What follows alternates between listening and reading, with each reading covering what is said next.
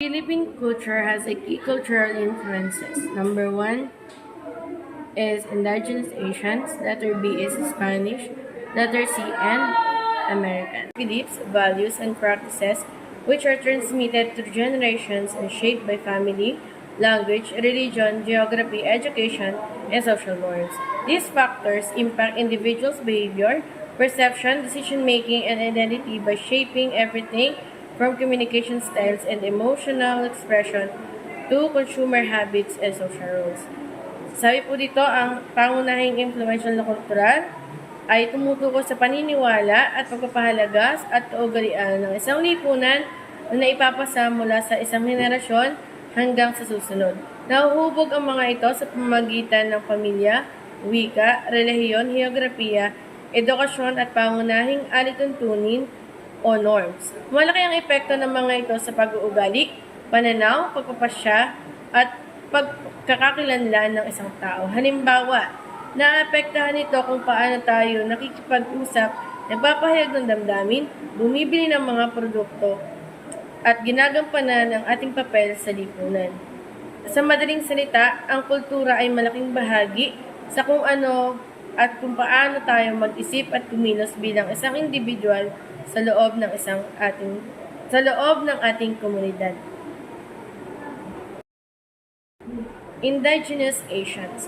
Indigenous Asians refers to the diverse native or original inhabitants of Asian continent, distinct from the settlers societies who have ancestral ties to their lands and resources. Ang ibig sabihin po ng Indigenous Asians ay iba't ibang katutubong mamamayan o mga orihinal na naninirahan sa kontinente ng Asya.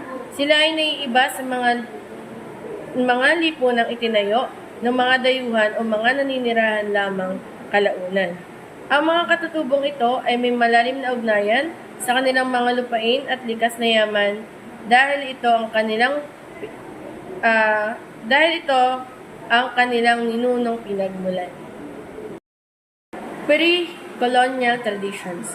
Early Filipinos had advanced skills in weaving pottery, boat making o balangay, and tattoo artistry as symbols of bravery and status.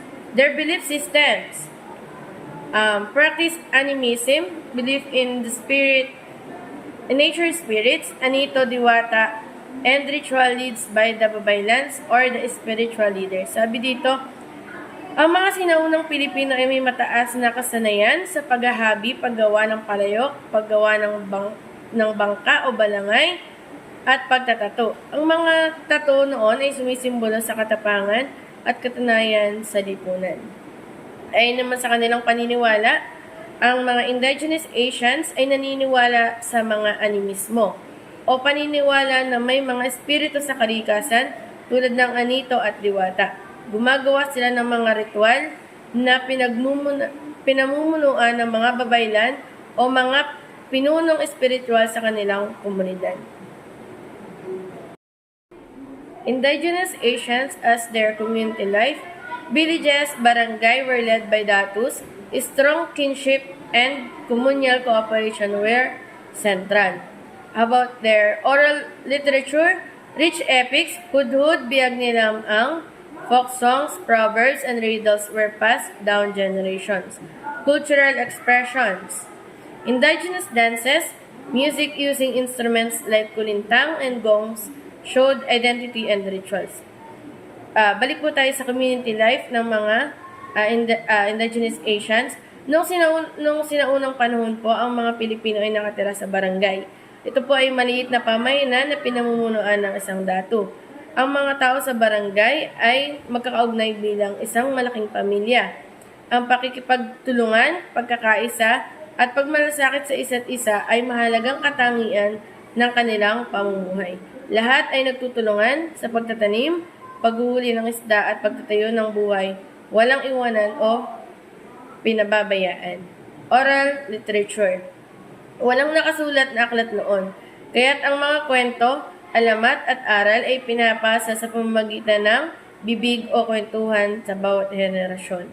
May mga epekto tulad ng hudod, may mga epiko tulad ng hudod at mga ifagaw at biyag ng Ilocano na naglalarawan ng kabayanihan at kagitingan. Kasama rin dito ang mga awitin ng bayan, salibikain at bugtong na ginagamit upang magturo sa aral at pagpatawa o magbigay inspirasyon. Samantala, ang cultural expression naman o pampantikan na kultural na pagpapahayag, ito po ay nagpapakita o ay pinapakita ng mga sinaunang Pilipino ang kanilang kultura at pagkakakilanlan sa pamamagitan ng sayaw, musika at ritual. Gumagamit sila ng mga katutubong instrumento tulad ng kulintang, gong, upang samahan ang mga seremonya, pista at pagdiriwang. Ang mga sayaw at awitin ay hindi lamang libangan. Ito rin ay pagsamba, pasasalamat at paggalang sa kalikasan at mga ninuno. Next naman po natin ay ang Spanish. Ang kanilang religion and spiritual life. Catholicism become the dominant faith.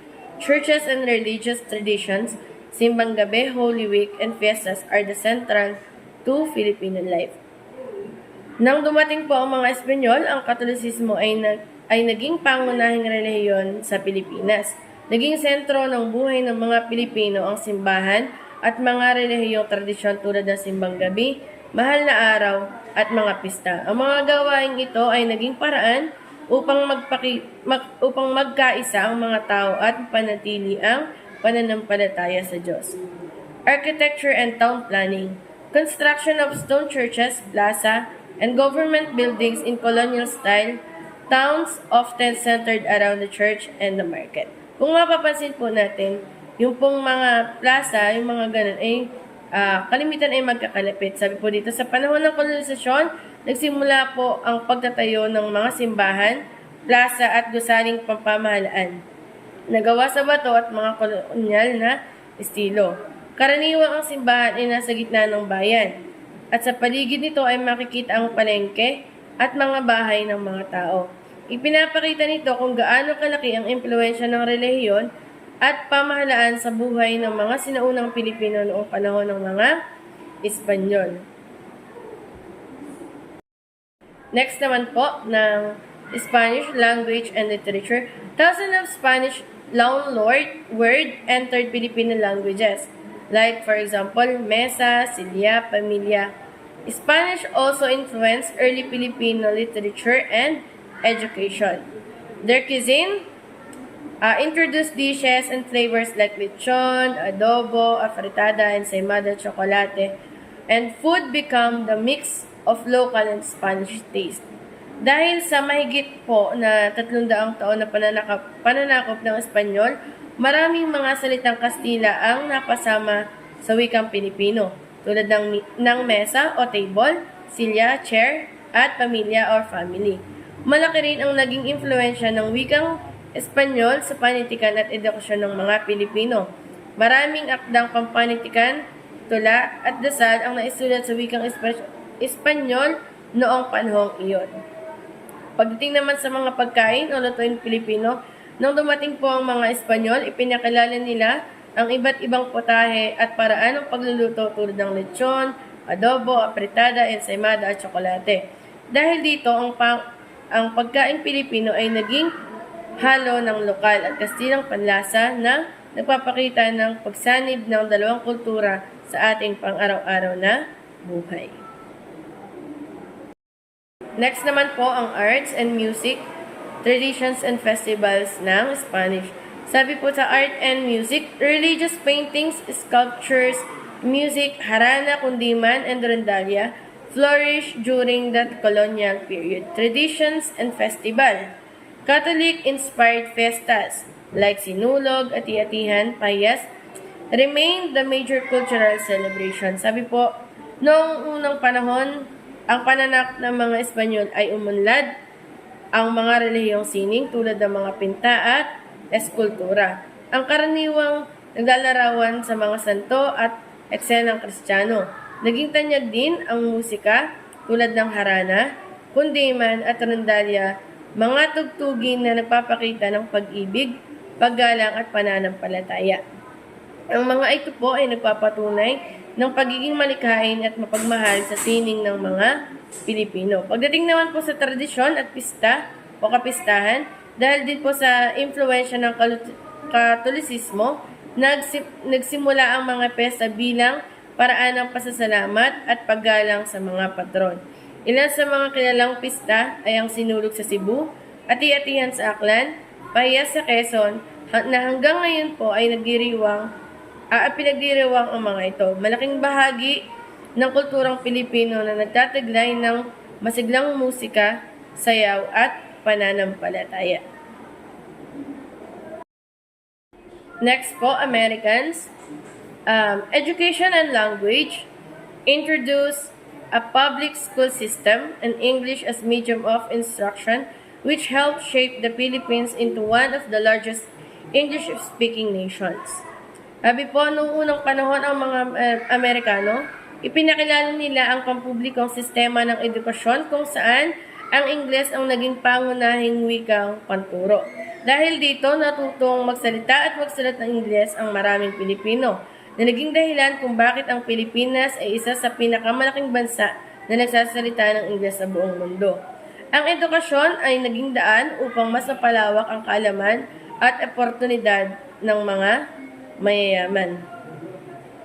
Government and democracy strengthen democratic institutions, legal systems, and constitutional framework modeled after the U.S. government. Sabi naman po sa pamahalaan at demokrasya, inilatag po naman ng mga Amerikano ang mga demokratikong institusyon, batas at constitutional na balangkas na hango sa sistema ng pamahalaan ng Estados Unidos.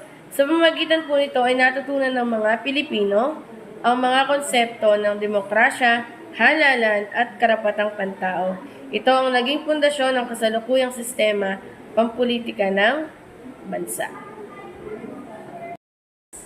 Next naman po, sports and entertainment ng mga American.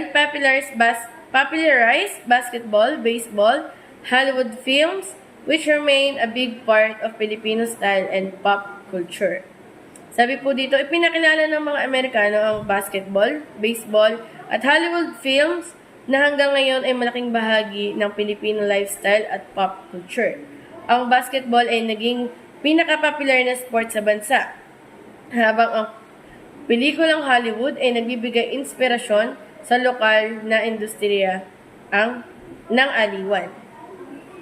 Samantala, ang media and technology po, growth of newspaper, radio and cinema under American rule, later strong influence of American TV, music, and fashion. Sabi naman po dito, sa ilalim po ng pamamahalang Amerikano, umunlad ang pahayagan, radyo at sinehan. Sa paglipas po ng panahon, lumakas naman ang impluwensya ng American TV, musika at fashion na nagpatuloy na nakakaapekto sa modernong kulturang Pilipino.